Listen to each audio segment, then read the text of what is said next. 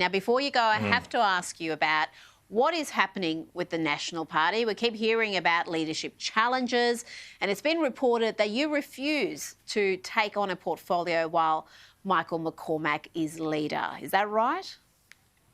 Well, none has been offered to me, so that report is not correct. But I'm happy on the backbench. I'm not looking for any kind of change. I was very fortunate, Rita, to be promoted to the cabinet early in my career. I hope it made a bit of a difference. We've got that Adani mine going. We certainly made coal sexy again, and at least contributed to the win last year in the federal election. Although all power should go to Bob Brown and his assistants. But I think there is a need in the Nationals Party for an independent voice in the Senate, in particular. So I'm enjoying that role. There's a lot to keep governments to account for, and yes, I'm supportive of the Scott Morrison and Michael McCormack government, but that doesn't mean from time to time I won't be critical and try and move and steer this country in what I think is the right direction. I think we need to get back to industrialising our economy. We're deindustrialising that economy right now. We've got to get back to making things in this country. We should be using our resources here to create jobs here, and we should be lowering power prices for all industries so that we can regain our strength. So if you were offered a portfolio, I'm not.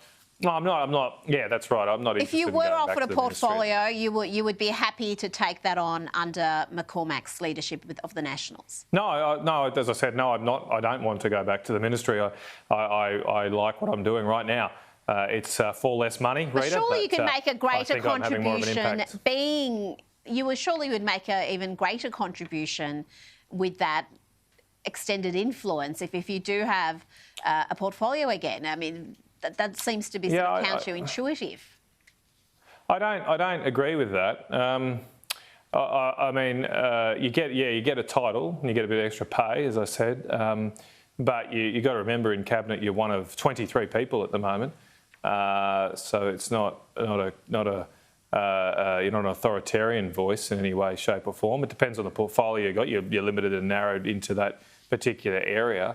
And so, for example, this year I hope that I played a little bit of a role in convincing the government to not challenge the live cattle decision. It's helped deliver, or will help deliver, over $500 million to our cattle industry, many of whom were wrecked by the terrible Labor decision to end live cattle exports overnight about 9 years ago.